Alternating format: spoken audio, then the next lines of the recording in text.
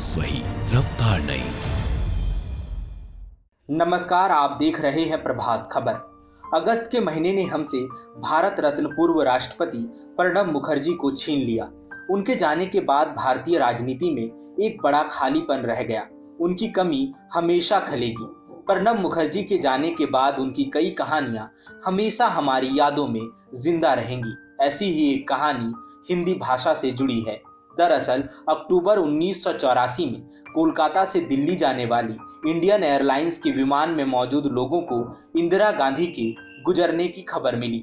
पत्रकार रशीद किदवई की किताब 24 अकबर रोड में जिक्र है कि इंदिरा गांधी की मौत से सभी दुखी थे। प्रणब मुखर्जी तो विमान की टॉयलेट में जाकर रोने लगे। जब राजीव गांधी ने प्रधानमंत्री के गुजरने के बाद की प्रक्रिया के बारे में पूछा तो बताया गया था कि वरिष्ठता को प्राथमिकता दी जाती है। माना जाता है कि प्रणब मुखर्जी खुद को प्रधानमंत्री के तौर पर पेश करना चाहते थे। हालांकि कभी भी उन्होंने इसको लेकर कोई इच्छा नहीं जताई थी। जब राजीव गांधी ने प्रधानमंत्री पद की शपथ ली तब प्रणब मुखर्जी ने उनका जोरदार समर्थन किया था।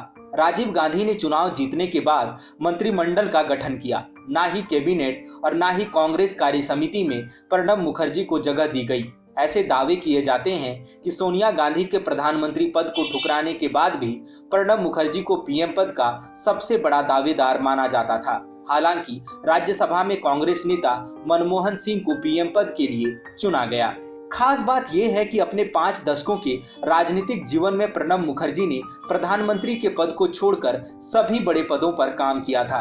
अंग्रेजी भाषा पर उनकी पकड़ और लेखन क्षमता शानदार थी। राष्ट्रीय और अंतर्राष्ट्रीय मामलों पर उनकी बारीक पकड़ थी। प्रणब मुखर्जी को अपनी कुछ कमजोरियों का एहसास था। एक बार उन्होंने कहा था कि उनका अधिकांश जीवन राज्यसभा में बीता है। हिंदी बोलने में उन्हें काफी दिक्कत होती थी। माना जाता है कि हिंदी ठीक से नहीं बोल पाने के कारण ही प्रणब मुखर्जी खुद को प्रधानमंत्री के पद के उम्मीदवार के रूप में पेश नहीं कर पाए थे। इन सब के बावजूद प्रणब मुखर्जी को सभी पार्टियों का समर्थन मिलता था। यहाँ ये जानना जरूरी है कि यूरो मनी मैगजीन ने उन्हें दुनिया के बेहतरीन वित्त मंत्रियों में से एक माना था। प्रणब मुखर्जी ने अंतर्राष्ट्रीय मुद्रा कोष से भारत के लिए सबसे बड़े ऋण के लिए बातचीत की थी। बड़ी बात यह है कि प्रणब दा ने ऋण के 1/3 हिस्से को बिना इस्तेमाल किए अंतर्राष्ट्रीय मुद्रा कोष को लौटा दिया था। प्रणब मुखर्जी ने कई पदों पर रहते हुए शानदार काम किया था।